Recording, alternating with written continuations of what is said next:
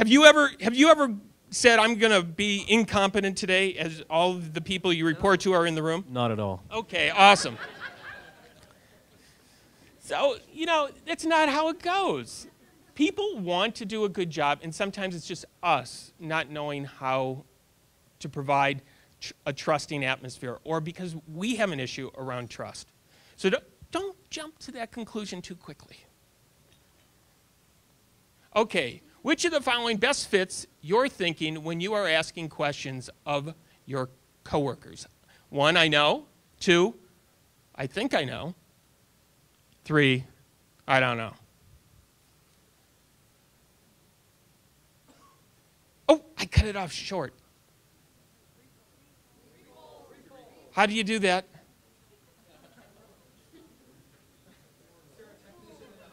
Oh, thank you, Tony.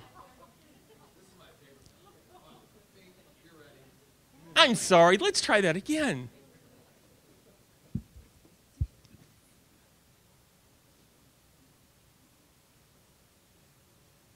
I was so excited to see the answer that, okay, the ball's going down. Okay. Okay, I think I know. It's a great place to be. And guess what? Where do you think I'm going to suggest you need to be? I don't know.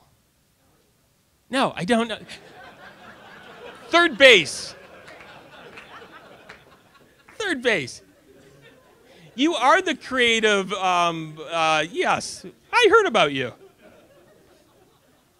It's really about getting to I don't know. Mike Harper talked to me. He was the one who built Conagra from $500 million to $20 billion in 17 years. And I said, okay, Mike, the guy or the woman is in your office. They're the president of one of the companies, and they don't know what to do, and you ask them all the questions. Yeah, I ask them all the questions.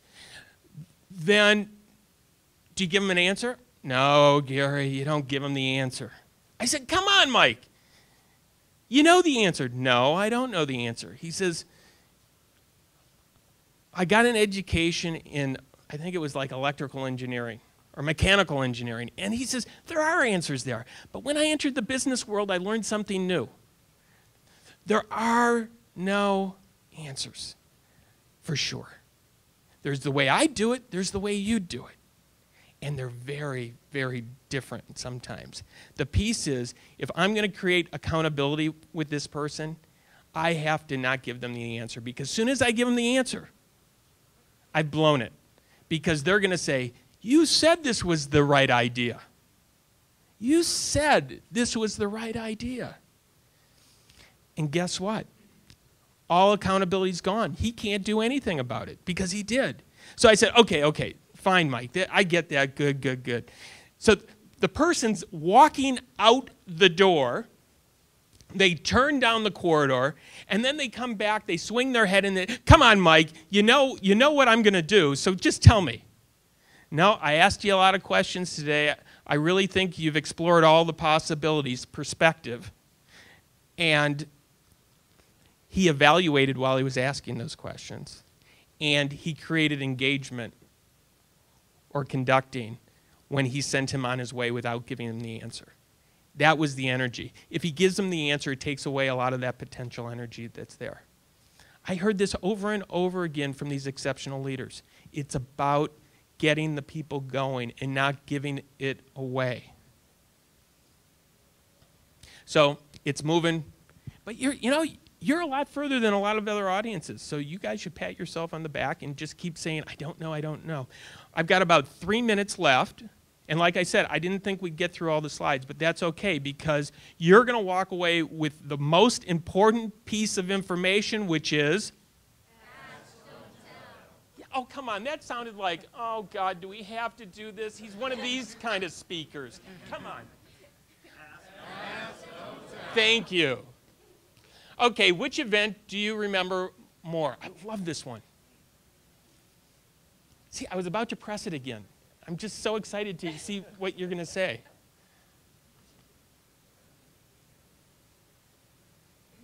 Okay, the ball's going down. Here we go. Wow, so it's the positive is the 31% and the negative is the orange-ish color. That's it. Audiences know things, and this is true. That negative is remembered. It's remembered these episodic events that happen in our life, tenfold. It's a tenfold. So if something bad happens to me, I'm going to remember it 10 times more than the positive things. Gosh, just think, to get even, how many positive events we need to be. No wonder people are on so many antidepressants. We got to wipe this negative piece out. The piece here is you can change up the questions to change and influence the people that you're talking to. And one example was a manager goes and asks his employees, so how are you feeling about things? Well, this was an IT group that had way too much work. And they were just crazy. They weren't sleeping. They were working around the clock. What do you think the answer is going to be?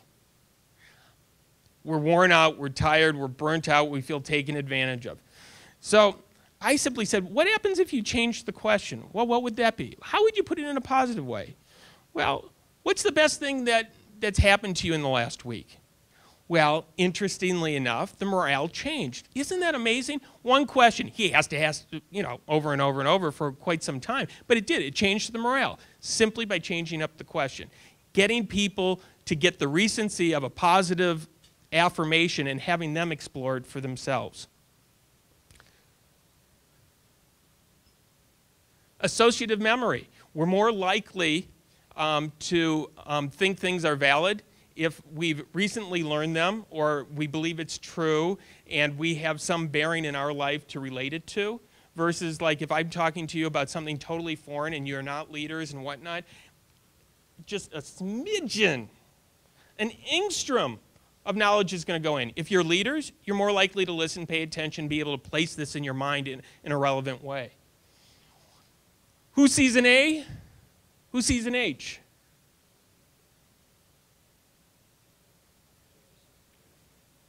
It's the same thing. It's identical. I actually did the clip and paste. You just got to do this and move it down, and yeah. That's all it is. It's the same letter, but your mind fills in the difference. You know what that says, don't you? They can't.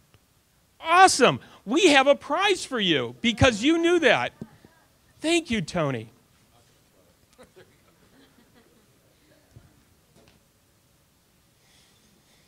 And one more to convince you that we really don't know. These slides are all about convincing you really don't know, okay? If I have a belief, I'm going to take in data based upon that belief. Because guess what? In today's world, you know that whole thing about downshifting because of flight or fight? You know that? When we're like a lion, saber-toothed tiger comes up to us and we're going to run away because, we're terrified. Or we're going to, figure it out and like learn how to fight back.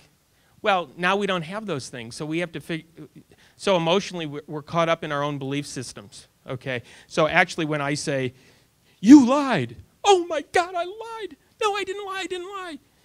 So we sort things out in our life in order to keep this belief about ourselves and what it is we know.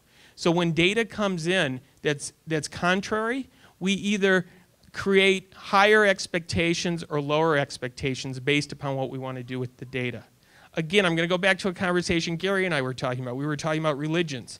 And I said, well, I'm Jewish, and based upon that, I would see the world this way. Now, if I grew up Catholic, I would see the world in a different way, because I have a very different view of how I'm going to interpret data coming in.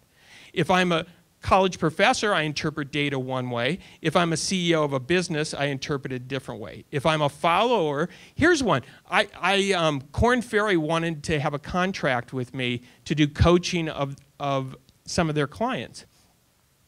So I move into their office. I have never moved into anybody's office other than my own. So this was really odd. And I move in. It's like foreign. I'm like, this just doesn't belong to me.